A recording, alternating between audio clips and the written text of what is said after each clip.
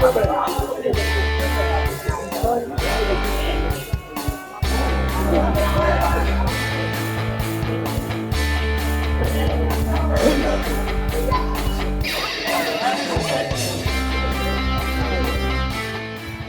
হয়েছে, আরো আগে হওয়া উচিত ছিল। এবং যেইভাবে খেলতেছে আমি তো আসলে খেলা দেখার সুযোগই পাচ্ছি না। সবাই আমাকে এভাবে যেভাবে ঘিরে দেখছে, প্লাস মোটরসাইকেলটার সাথে থাকতে হচ্ছে, কিছুক্ষণ পরপরই রিফ্রেশ করে মোবাইলে দেখছি। আসলে এক্সাইটমেন্টটা দুই জায়গায়, এই যে রয়্যাল এনফিল্ড কালার করেছি, প্লাস এই যে এতগুলো আয়োজনের মধ্যে খেলা দেখতে এসেছি।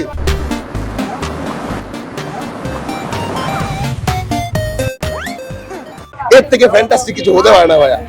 আচ্ছা, আপনার এই যে আয়োজন সেটি আসলে সার্থক হচ্ছে কিনা? এইটা ডেফিনেটলি, এটা আসলে আমি কাউকে দেখানোর জন্য না, এটা আমার নিজের, আমি এটা নিজের জন্যই করতাম। এখানে জাস্ট এসছি সবার সাথে দেখা হবে, এরকম একটা আয়োজনের সাথে থাকবো তাই, কিন্তু কালারটা সম্পূর্ণ পার্সোনাল, কাউকে দেখানোর জন্য না। এখনো যে খেলার অনেক সময় বাকি আছে, এর মধ্যে কি প্রত্যাশা করছে? এর মধ্যে তো প্রত্যাশা করছি মিনিমাম থ্রি তো হবেই, তিনটা তো হবেই, তো তার বেশি হলে তো আরো বেশি খুশি হবো। 3টা গোল তো মিনিমাম হবে। আজকে আলজেরিয়া কয়টা গোল খাবে বলে মনে করছেন? আমি তো বলছি যে আর্জেন্টিনা আমার মনে হয় না গোল খাবে। আর্জেন্টিনা যে শক্ত ডিফেন্স, আমার মনে হয় না এই শক্ত ডিফেন্স পার করে কেসে যেতে পারবে। যারা হচ্ছে যে ব্রাজিল করে, তারা আসলে আজকে ম্যাচটি দেখার পরে কি বলবে, কি মনে হয় তাদেরকে কি বলবে?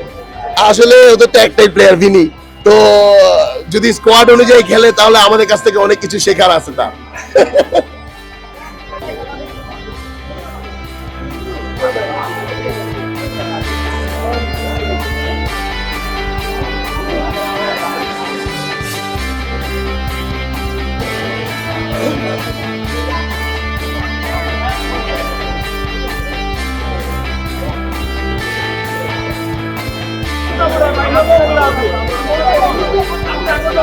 Vamos,